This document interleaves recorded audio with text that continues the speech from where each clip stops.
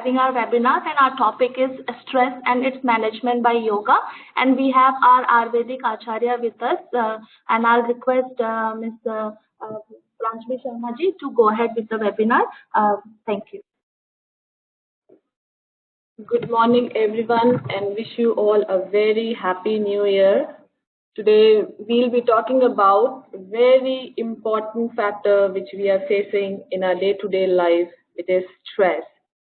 So stress at times is good, but how we manage stress at times which is going towards negative direction is what main thing about stress management is. So let's see what is stress. It was a term which was coined by Hans Slay in 1936, and what he defined it as, it is a non-specific response of the body to any demands for change. So change can be anything. Change can be when you are confronting a tiger in front of you. So that is acute stress, just for some time being, and you were not expecting it. It can be a job change. So anything which is change in your lifestyle will develop stress. Now we have used the term non-specific because you will never know how your body will react to particular stress. So it is a very non-specific response of the body, and again it is very subjective term. So a particular condition for one person can be stressful, but for the other person at the same time will not be stressful at all. It all depends on your genetics. It all depends on how your brain chemical works.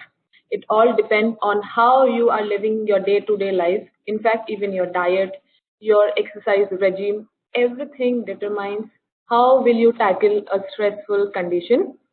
And there was a very interesting study done on animals, and all the animals, they were subjected to various different type of stressors, and the outcome, which means the result of everything, was same, which was shrinkage of lymphoid tissue, enlargement of adrenals, also pathological conditions of stomach, which can later lead to heart attacks, stroke, kidney disease, rheumatoid arthritis. So these are some stress facts. The most important thing is stress is a hormonal response. So whenever there is a situation, if you are able to deal with that situation, your hormones, you will be able to regulate how your body is responding to it. And since we will be talking about the physiology of it, when you are stressed out, how different hormones are released, major factors or major glands are in your brain cells. So stress basically kills brain cells, and it is associated with depression and anxiety. Since it is killing your brain cells, it can also lead to various mental health disabilities. It can lead to brain degenerative disorders as well, like dementia. It can lead to Alzheimer's.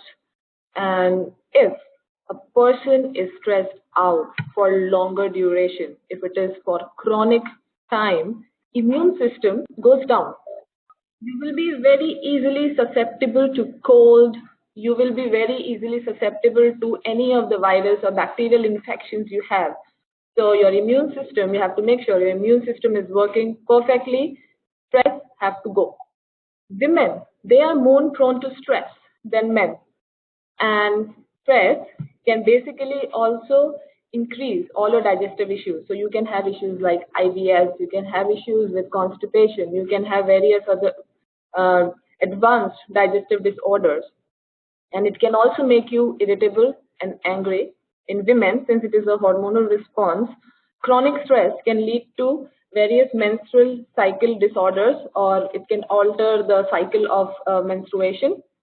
It is also related, stress is also related to substance abuse. So most of the time, especially in adolescent age, there is lots of stress, competition, and these kids, they have to go through various there are various stressors out there.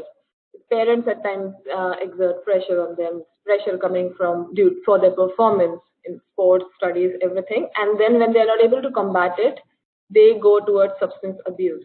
And also past experiences, which can be anything, which can be divorce, which can be anything which happened during childhood. it can cause stress in later part of the life. Because what happens is whatever we go through, it is hidden in our subconscious, and in some time it comes up to the surface. Again, it's a very important factor, occupational stress facts. So now in this current generation or in current world, lots of people are working. And the stress factor, since they're spending more time in the workplace rather than at their home, they are having more of the occupational stress. So 83% of US workers are stressed out. 60 to 80% of workplace accidents results from stress. 1 million employees have to miss work because of stress. 75% of employees believe they are more stressed out, and 57% of employers don't care about work-life balance. Job stress is more associated with health problems than financial or family problems. So one have to make sure if they're having any condition or job stress, they have to know how they can manage it, because stress at times is inevitable, but management is what you can take care of. These are two stages of stress. One is acute, other is chronic. Acute is for shorter duration and it happens for a certain time, but it goes away. Chronic is when it is for lasting time. So there's also a very interesting fact in this. You faced any incident which was not very pleasant. It happened physically to you. Now, even if you're thinking about it mentally, same chemical, your body will have same chemical response as if it happened physically. So chronic stress is something when you overthink, when you are not able to control your thoughts. And acute stress, the best part is it is highly treatable and manageable because it is for shorter duration. Chronic stress at times needs major stress management programs, or behavioral health specialists have to chip in this. These are various stressors.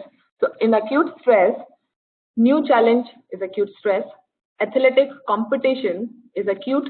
Presentation of work is acute. Lifting heavy weight, intermittent fasting, running sprints, recent argument with spouse or friends, these are all acute stress. You'll go to the chronic stress, drive to work, annoying boss, bad work schedule, a difficult spouse, poor sleep habits, negative friends, ongoing health problems. So if you will see, acute stress is a short term, but it feels like it is a major stress. Chronic stress, at times we never pay heed to, but gradually, slowly, it is coming into our system. It is impacting our health. So chronic stress is something which we have to take care of a lot. And this is the physiology, which is associated with stress hormone release. The three major glands are associated. If you see in the left figure, there are three major glands. Two of them are in the brain part. Brain cells are associated with it, which are hypothalamus and pituitary gland. So hypothalamus releases a hormone which activates pituitary gland, gives them signal, and pituitary gland again understands the signal from hypothalamus and release hormones which activates adrenal gland to secrete two hormones: cortisol, epinephrine and norepinephrine, depending on whether you have acute stress or you have a chronic stress. So it will be a very important thing when we will be discussing about meditation, because two of the major glands are in our brain. So you can see how thoughts and how meditation and breathing techniques can actually alter how the secretion of cortisol can be regulated. Now when cortisol is released, the figure in right hand side will show how different organ system in our body is affected. So if you see, cardiovascular system is affected, your brain is affected, joint and muscle affected, you will have inflammation more, aches and pains will increase. Your immune system will also decrease. You will become less immune to lots of infections or lots of problems. You will have skin issues. Your gut will have issues in terms of nutrient malabsorption. You will have bloating. You can have constipation. You'll also have decreased reproductive system functionality, and hormonal, all your sexual hormones will be impacted by this. This is the same thing which we were talking about in the figure left hand side. This is just the hormone name. So how hypothalamus activates anterior pituitary and how pituitary release hormone and it impacts adrenal cortex, which then release cortisol. So cortisol is something we have to reduce gradually if its level is increasing. That's what causes problems in our various organs. Now, we've talked about stress. Stress is caused by a stressor. Stressor is something which is causing any type of stress. Now, stressor can be because of physical work. It can be because of family. It can be because of examination. It can be a presentation. It can be various things. Now, if you see the left figure, stress is caused by stressor, like stressor as we have discussed. Now, for example, a bee is coming to you or some insect which is poisonous, you know it is poisonous, your body will certainly become ready to get rid of it, or it will identify the danger. Now the danger is gone, you still feel that after effect. That's what you call anxiety. So anxiety is when stressor is gone. So stress, depression, anxiety, everything is very much related. Now again, as I've discussed initially, all the stress is not bad. Stress at times is good. So here we'll be discussing how. Good stress is called as eustress, bad stress is called distress. Here in the figure, you'll see there are two axes, performance and arousal stress. If you see, when you are increasing your stress up to particular point, your performance is increasing. So gradually you're increasing your stress. You will feel little health tension, which is good. Again, for example, if you're going for a workout and lifting weights, your muscle have tension, which is good because again, when you sleep, you have good diet, your muscle goes under hypertrophy, it increases in mass. Then you come to comfort zone. After that, comfort zone is not the extreme, your limit is still more, you still give a little bit more stress, your performance still increased up to the point where there was a fatigue. Now the important thing is, we have to know where the fatigue is coming. When we do yogic practices, meditation, pranayama or asana, we exactly know what body signals is coming from, what body is giving signals, even a mind. So after fatigue, which is called hump, the performance starts to go down. You are increasing the stress, the performance is going down. You feel exhaustion. At times we don't take care of exhaustion, we don't pay heed to it. Then comes ill health. It can be whatever. You can have discomfort in your stomach. So many, you will have symptoms, but you will probably, because of work or so many things, will not pay heed to it. Then comes breakdown. So always you have to make sure we are never coming to a point where we are even feeling the exhaustion, or at least breakdown is extreme. So these are few symptoms of stress. So if you can read it now and know whether you are really having stress, these are the symptoms you'll be feeling. Fatigue is 51% of the time. So physical symptom, if you see headache, fatigue, upset stomach, muscle tension, change in appetite, teeth grinding, change in sex drive, feeling dizzy. These are all physical symptoms. And the psychological symptoms will be irritability or anger, feeling nervous, lack of energy, feeling as though you could cry. So I'm pretty sure you might have heard people saying these or discussing these symptoms with you, and you can very well go ahead and say, you are under stress, my friend, you need something to manage your stress. These are the symptoms of excess stress. So that was the initial symptom. Now when you are not taking care of stress, if these are the excess stress symptoms, diarrhea, constipation, forgetfulness, frequent aches and pains, sexual problems, stiff jaw and neck, lack of energy or focus, trouble sleeping or sleeping too much, sudden weight loss or gain. You will also have very upset stomach and substance abuse, which we discussed previously. Now the stress was going on. Your body gave symptoms of early stress. It gave symptoms of excessive stress. Now you haven't paid heed to it. 4 months passed, 5 months passed, 6 years passed. These are the long-term effects your body will have. So imagine high blood pressure, heart disease, diabetes, obesity, depression, anxiety, skin problems, menstrual problems, and even autoimmune condition is directly related to how stressful you are. Now, since we have talked about little facts about corporate sector, these are 4 things or 4 type of stress that you face in work life, work environment. Time stress. It is whether I will be able to finish a particular assignment on time. So you are thinking a lot Anticipatory, what if something will go wrong? Situational stress, major mistakes or emergencies where you have no control over it. So it is just a situation which occurred. And encounter stress, where you have to talk to people whom you don't like or somewhere you feel they are not supporting you. So there are 4 types of stress. And when you recognize what type of stress you have, you can actually work towards it. So you can work, we will be discussing in upcoming webinars how we can manage all these separate stress by various techniques. So let's discuss about the stress management techniques. Most important thing is desire for health should be very strong. It should be so strong that you have to make sure there are no excuses you are giving to yourself. So as Lord Krishna said in Bhagavad Gita, if you don't fight for what you want, then don't cry for what you lost. The most important thing which I always felt is, people think yoga is just asana, physical postures. It is not. It is deep. It is not just physical postures. It is not just meditation. It has actually 8 limbs. And it is a stepwise manner. First is where you start. 8th is where you finally lead to. So if you see yama, which is moral restraint, niyam, observances, asanas, which is physical posture, it is only 3rd. Then come your mindful breathing. It is above physical postures. Then is pratyahar, turning inwards, like you are not being a slave of your senses. Dharana, concentration. There you are doing meditation, focusing on your breath. That's dharana. Dhyan, meditation for a fraction of seconds. You are consciously not thinking about anything and you are lost. I'm pretty sure if you're doing meditation, you might have felt for a second or two, you haven't realized what happened and you felt yourself submerged with universal consciousness. And last one is samadhi.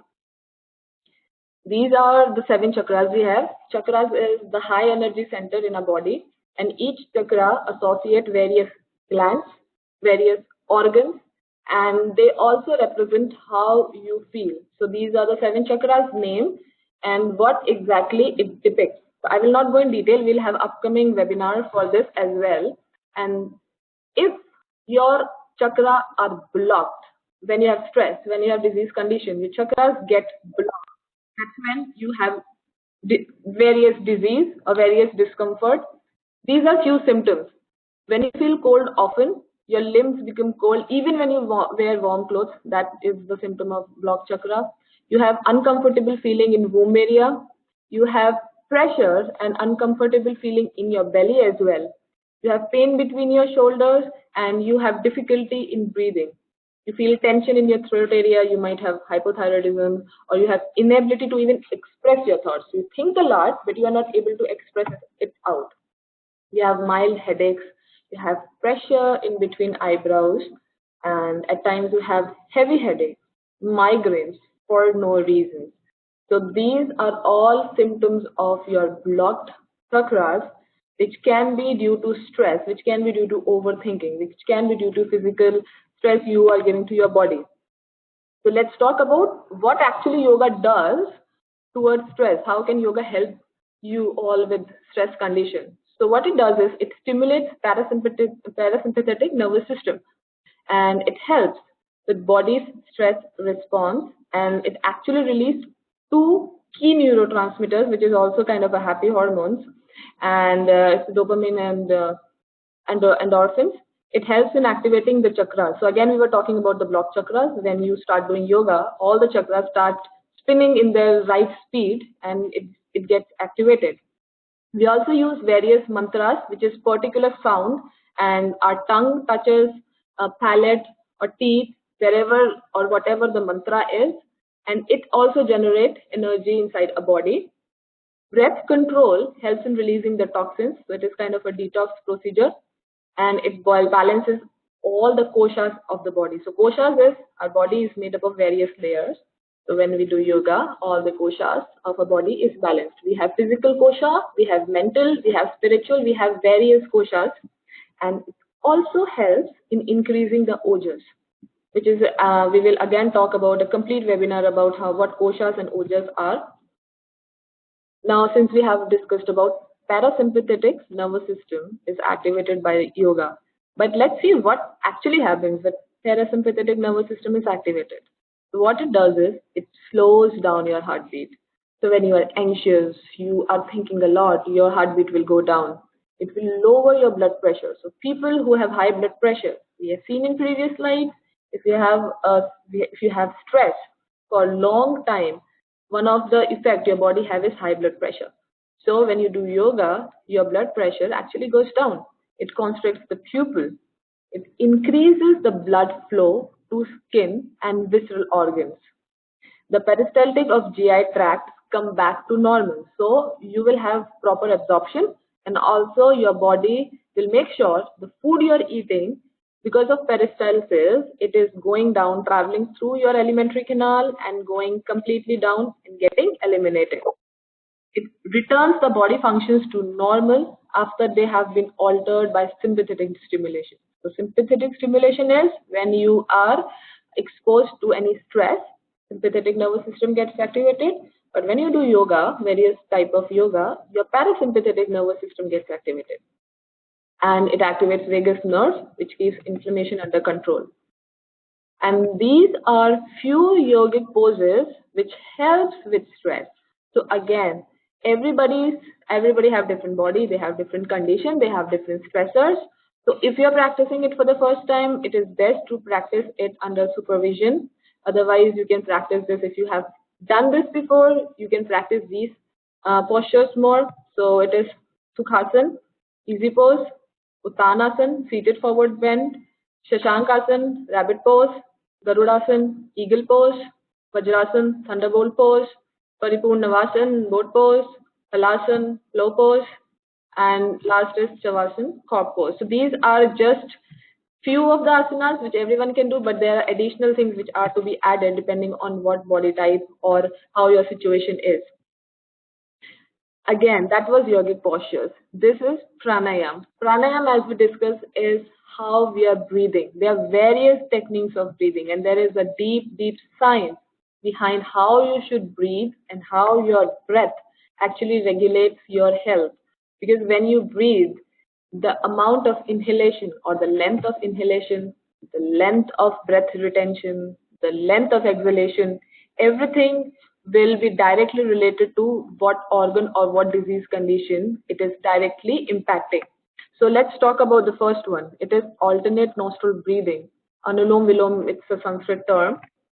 So what you do is you just breathe alternatively. Alternate nostril will be activated and you are working on both hemispheres of your brain, left and right hemispheres. So it's a very good balancing techniques for our brain. Kapalabhati, which is forceful exhalation. So in here, when you are exhaling, you are also pulling your tummy in. So it is like you are doing a bellow movement, bellow sounds, and all the air is coming out through your nose forcefully. Next is Shitali Pranayam. You form this tongue position and you inhale through your mouth, and since you are inhaling through your mouth, through your tongue, saliva is there, it will be a cool breath. Then you exhale it to your nose. So again, it depends how much you have to hold, how much long exhalation, inhalation will be totally on your body type. Last is Brahmari Pranayam. So Brahmari Pranayam, you are practicing Pratyahar more. You are drawing your senses inwards. So if you see, thumb is actually closing your ear and all your fingers are closing your eye, and it is making sure the sound which you are creating, humming bee sound, is rotating, activating and vibrating all your brain cells. So all the sound which you create is going around in your head, activating all the glands and the nerve plexus. Meditation. So very important. Meditation, at times people complain they cannot meditate. They don't have that amount of patience. But trust me, meditation is not very difficult. What you can do with meditation is let thoughts come in, let them flow through you, but make sure you are just thinking about thoughts then. It is, you have to be very honest. If you're thinking about thoughts, just thoughts, no other thoughts coming in. So meditation is when you are able to focus on one thing for longer time. With practice, you will be able to segregate important thoughts and non-important thoughts. So how meditation helps is, it helps in releasing endorphins and gamma aminobutyric acid, which is good hormones. which helps you in feeling good. And when you feel good and positive, that's when you start to work against the stress. It also improves your focus and attention. It helps in releasing all the emotion turbulence you have. So when we have any emotional issues, our body or our mind keep on digging it inside layers. When you meditate, all the layers are kind of gone. It comes to surface and you are able to deal with it heads on. If it is important, you keep it with you, otherwise you get rid of it. So you are purifying your mind. It also changes your brain stress pattern. It helps you to connect to your true self, which is very important. Now, in lots of people, even big businessmen, they are talking about until unless they know about what they truly are, they are not able to form even an enterprise. So if they are talking in the level of highly business terms, we can at least take it as a health thing. So if we are knowing what we are, what we want from life, we will not expect a lot from people, which again is a major stress issue these days when we expect a lot. And it improves cellular intelligence to balance immune physiology. So your cellular structure will know what are pathogens, what are foreign bodies, and they will know what is your own cells. So autoimmune is when your body is attacking your own cells. But when you do meditation, you are increasing the cellular intelligence. So your body will be able to recognize exactly what pathogens are and where they are unnecessarily fighting with their own body cells. These are few researches I thought will be interesting to share with you all. I'm just including two researches. First one was rapid stress reduction and anxiolysis among distressed women as a consequence of 3-month intensive yoga program. So this study was done in Germany, and they have seen that after 3 months, there was intense and sudden stress reduction. There was other study, a randomized comparative trial of yoga and relaxation to reduce stress and anxiety. It was done in Australia. And what they concluded was very interesting, because I get this question lots of times, and even you might have felt it. Yoga actually is more effective in stress and anxiety as compared to relaxation.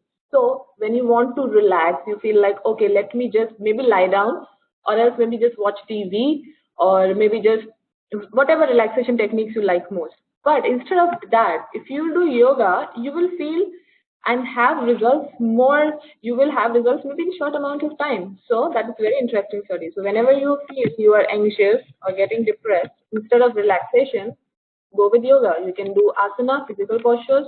You can do breathing techniques. You can even do meditation. So this is a case study who followed yoga. She was a teacher, Rubin Anusar yoga teacher, and she was suffering from autoimmune condition. So at times, medical science claims that there is no medicine for autoimmune condition, there is no cure. So what she started doing was she started doing early morning yoga practice. For 2 hours, she used to include 3 things. She used to meditate, she used to practice yogic postures, yogic breathing, and she used to write journal. And after 14 years of initial diagnosis, she was totally symptom and medicine free, which is very, very good result. Autoimmune generally doesn't go away. And she says, thanks to yoga, I see blessing in life challenges, and my asana practice opens up the energy flow in my body.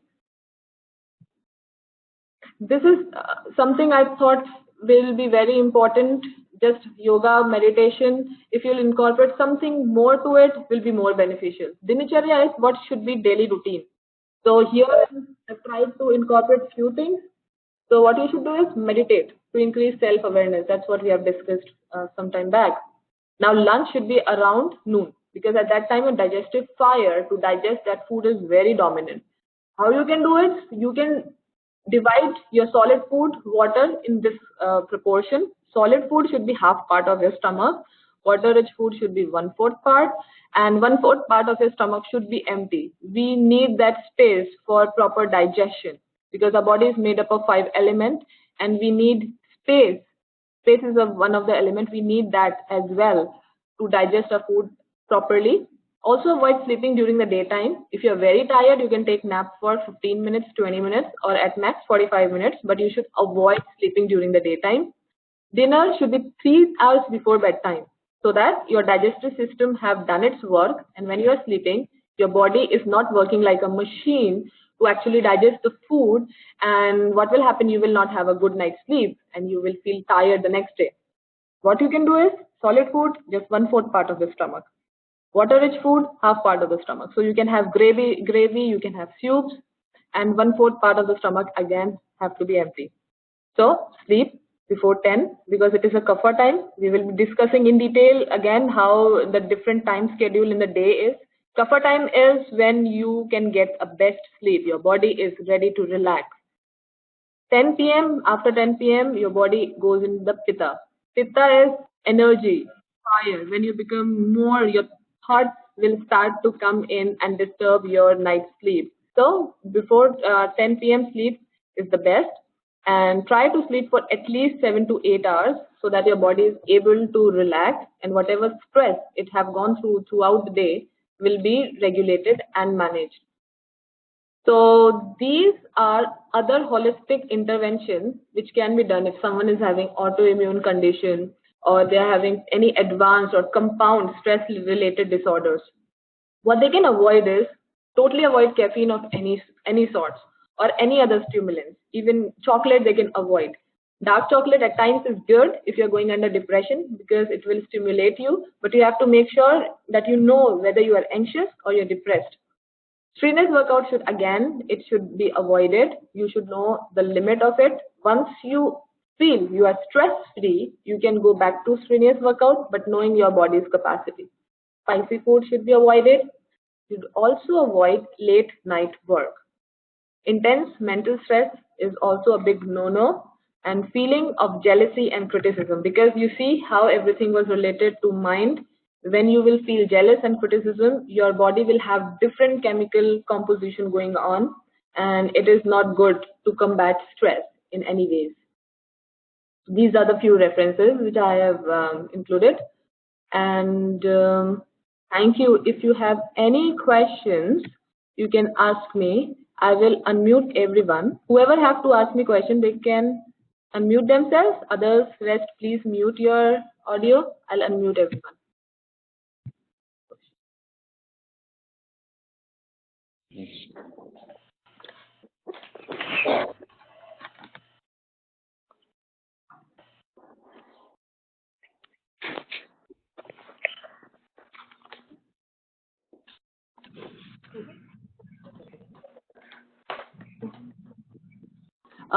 Since I see there are no questions, I will mute everyone else again. And